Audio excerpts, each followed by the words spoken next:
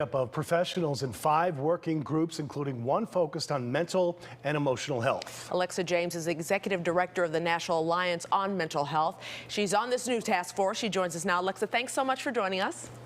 Thank you so much for having me. So there's 17 recommendations, starting off with addressing new and old traumas, and that comes under your purview pretty much, mental illness. What do you plan on doing in that area? So we came up with 3 recommendations. I have to, thank my co-chairs, Evelyn Diaz with Heartland Alliance and Karen Freeman Wilson from the Urban League, and hundreds of others who joined into a conversation about what does it mean to heal our city. I don't think that it's news to anybody that our city has been impacted for a long time by significant trauma and underinvestment in mental health services. So when we came together, there was robust conversation, and we landed on the 3 recommendations that you discussed, which is creating the most advanced healing center in the region, increasing access to mental health services, and creating a culturally sensitive and diverse mental health workforce. I'm happy to kind of jump through all of those, but what I know is the excitement and the promise that lends itself to having a mayor include mental and emotional wellness in a recovery task force is pretty incredible. Of other task forces around the country, I'm not quite sure that this topic was explored, certainly the way we did in Chicago. As a diverse a city that we are, certainly it can't be a one-size-fits-all approach, so that's something I'm sure you've been grappling with as well. Right. I mean, what I think was so important about this task force is we were not tone deaf to what we were walking into. We were walking into a very traumatized community that now had layers and layers of despair and grief. On top of that, gun violence. On top of that, a real strong understanding of systemic racism.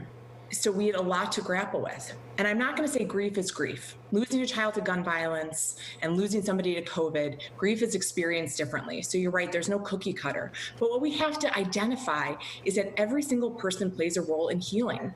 And this isn't like some kumbaya, crunchy, like let's all be healers, but it's the truth. I'm a licensed clinician.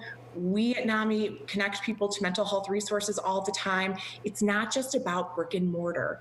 It's about how do we sustain community? How do we engage with people so that they have the opportunity to really address significant and deep trauma and sadness? I don't know one person who hasn't experienced high levels of distress during the pandemic.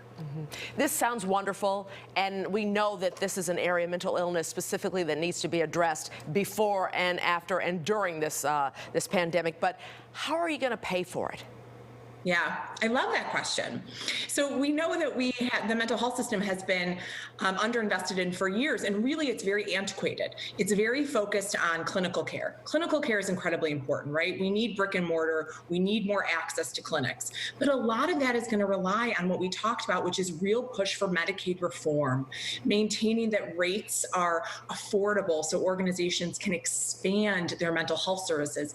But also the responsibility lies too in community-based organizations, faith-based organizations, workforce wellness. We talk a lot about that. And I want to just briefly mention something to you, Micah. So here you are 6 feet apart from your co-anchor, and I'm sure that there are many things right now in the studio that make you feel safe. Maybe you've been wore a mask in, maybe there's hand washing stations.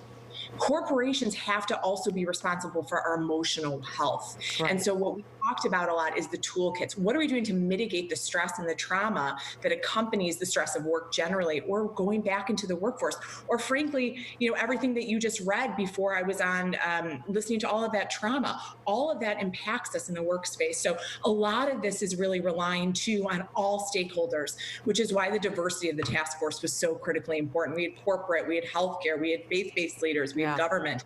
Everyone really has to come together. You're right. Thank you, Alexa James. We appreciate it. We look forward to see some of those results soon. Be safe, be well. Thank you, Patrick.